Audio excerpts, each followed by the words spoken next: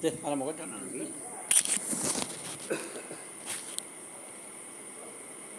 হে ৰাম জয় জগন্নাথ জগতৰ আদি মূল অগোপ ৰূপ ধৰি হৰি তাৰি লাগোকুল বৃন্দাবনে আনন্দে কৰিয়া ৰাস ক্ৰীড়া অগুচাইলা গোবিন্দে কিনো গোবিন্দৰ গোপিকাৰ পীৰা শুনিও কবুধ জন জন মহাফলি কাম জয় নামেইতো কেশৱৰ কেলি মুখ্য যেবি পাইবা পাপ কৰিয়া নিৰ্জান কৃষ্ণ কথামৃত কৰা কৰ্ণ ভৰি পান এতিয়া সেই ৰাত্ৰিৰাস আৰম্ভ তাৰমানে সমস্ত হেৰিবিলাক দেখা পোৱাৰ পিছত অলপ দিন আৰু জিৰণি দিলাক। এই জিৰণি দিয়াৰ পিছত যেতিয়া কৃষ্ণ লাহে লাহে ডাঙৰ হ'ল লগে লগে বাঁহীৰ সুৰো বদলি যাব না।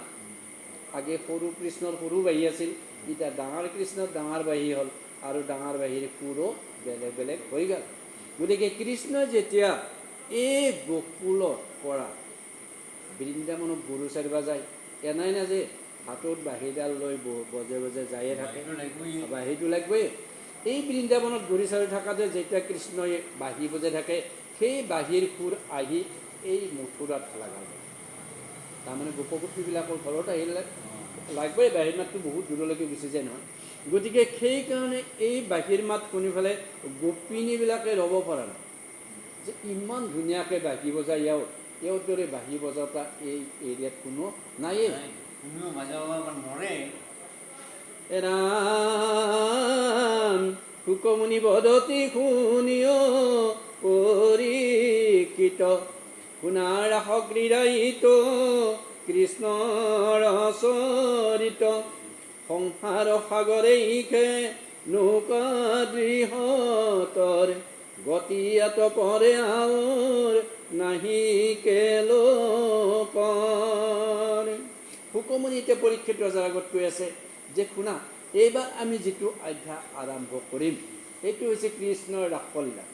আৰু এই ৰাসলীলাৰ যিখিনি ৰস, এই ৰসখিনি যেতিয়া পাবা পোৱাৰ পিছত গম পাবা যে কৃষ্ণ লাহেৰে ডাঙৰ হোৱাৰ পিছত আৰু কেনেকুৱা ভাল ভাল কৰ্মবিলাক কৰি আছে। ৰাম শৰৎ কালৰ ৰাত্ৰি অতি বিতোপন বহুবিধ পুষ্পে বিকশিত বৃন্দাবন দেখি যোগ মায়া বলে হৰি খেতহিত অৰাস ক্ৰীড়া কৰিতে কৃষ্ণৰ ভৈলাচিত। যে শৰৎকালৰ ৰাতি এনেই ভাল, বিতোপন মানে কি ভাল লগা, যেতিয়া ফৰ্চা হৈ থাকে আকাশখন, আৰু পূৰ্ণিমাৰ ৰাতি যেতিয়া হ'ব পোহৰটোতো আপোনালোকে কৰিবই, গতিকে ভাল লগা হ'ব। সেইকাৰণে কৈছে যে কৃষ্ণই সেই শৰৎকালটোকে বাছি ল'লা, যি সময়ত ফল ফুল সকলোবিলাকেই ফুলি থাকে, চব গুণবিলাক আহি চাৰিওফালে উঠি আহে। গতিকে এইখিনি সময়তে তেওঁ যোগ মায়া মানে বলেদি, যোগৰ বলেদি তেওঁ কি কৰি পেলাক, এখন ধুনীয়া ফুলনি কৰি পেলাক, নিৰ্মল আকাশ কৰি পেলাক। সেইখন বাদে দে আৰু তেওঁলোকৰ মনত নতুনকৈ আৰু বস্তু এটা সৃষ্টি কৰি দিছে তেওঁ। ৰাম ভৈলন্ত উদিত চন্দ্ৰ পূৰ্ব দিশন্তে কামাতুৰ স্ত্ৰীৰ যেন সন্তাপ মাৰ্জন্তে অখণ্ড মণ্ডল চন্দ্ৰ দেখিলন্ত হৰি কুংকুমে অৰুণ লক্ষ্মী মুখ পদ্ম কৰি। যে যোগৰ মায়েদি কি কৰি পেলাক, তেওঁ এই দিনকে ৰাতি কৰি পেলাক, দিনকে ৰাতিতে কৰাৰ নিচিনা কৰি দিছে। কৰি দি পেলাই কি হ'ল, লগে লগে চন্দ্ৰ ওলাল, পুৰা একদম ধুনীয়াকৈ চন্দ্ৰ ওলাল। চন্দ্ৰৰ লগতে ৰাতিৰ যিটো পৰিৱেশ, সেই পৰিৱেশটো সৃষ্টি কৰি ল'লাক। আৰু সৃষ্টি কৰি তাতে কি কৰি আছে, এতিয়া লক্ষ্মী মাইকো সাৰগত কৰি তেওঁ এই যে যিখিনি ঠাইত চন্দ্ৰকলা জেগাখিনি যি আছে তাৰে ওচৰত তেওঁ তাতে ধুনীয়াকৈ থিয় হৈ আছে।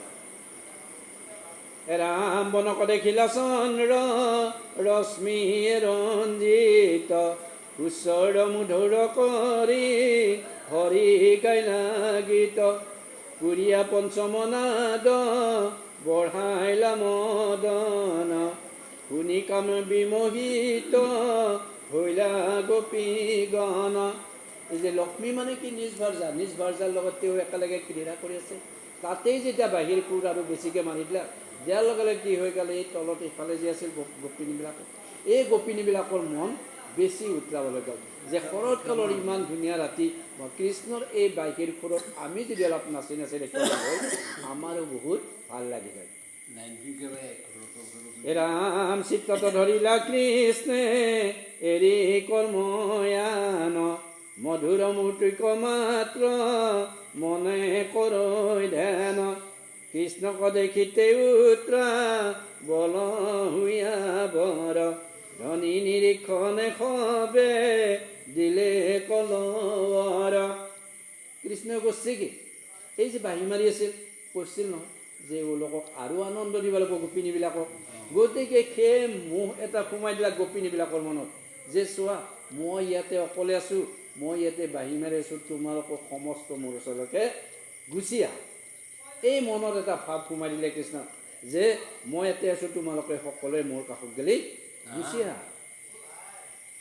ৰাম কৰ্ণৰ কুণ্ডল দোলে জাহান্তে পথত, চাপৰিয়াৰ হুয়া লৰে বনত, জুনুৱান গোপীগণ লগ লাগি যাই, চাই অলক্ষিতে সতী হবক শংকাই। কি কৈছে এতিয়া কৃষ্ণ, পোৱাৰ কাৰণে তেওঁলোকে এই বৃন্দাবনৰ মাজে মাজে গছৰ মাজে মাজে এনেকৈ আহি আছে যাতে ক'তো কাটা চাটা লাগে, কাপোৰ চাপোৰ বেয়া হৈ নাযায়। তাৰমানে কাপোৰ চাপোৰ পিন্ধি আহিছে নহয় ভালকৈ, গতিকে এই কানি কাপোৰ যাতে বেয়া হৈ নাযায়, আৰু লগত অহা যিবিলাক নিজৰ তেওঁলোকৰ সখী হওক কোনোবা আত্মীয় হওক সকলোকে ধৰি ধৰি আনিব ধুনীয়াকৈ, যাতে কায়ো পৰি যোৱা অৱস্থা নহয়।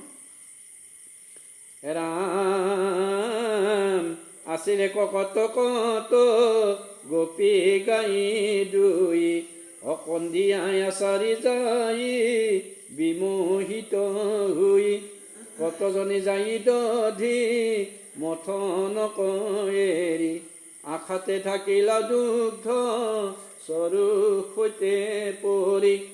যে যেতিয়া কৃষ্ণতে তেওঁলোকৰ মনবিলাক অৰ্পিত হৈ গ'ল, সেই যে কামবিলাক কৰিছিল ঘৰে ঘৰে, কোনোবাই গাই দি আছিল, কোনোবাই বাচন ধুই আছিল, কোনোবাই ঘৰ মুচি আছিল, সমস্তবিলাকৰ মনতে কৃষ্ণময় কৰি পেলাইছিল নহয়। গতিকে কোনে কি কাম কৰি আছে সেইটোতো লগত কথা নাই, কেৱল কৃষ্ণ ক'ত আছে তাকে গেলি গুচি যাব লাগে। ৰাম পিয়ন্তে আছিলা শিশু তাহা কন গণি, পতি শুশ্ৰূষা কয়েৰি যাই কত জনী, আসন মাৰ্জন্তে আছিলা কত গোপী কালি পন্তে, আধা ভুঞ্জা হুয়া কত যাই লৰন্তে। যে তেওঁলোকে কি কৰি আছিল ঘৰত,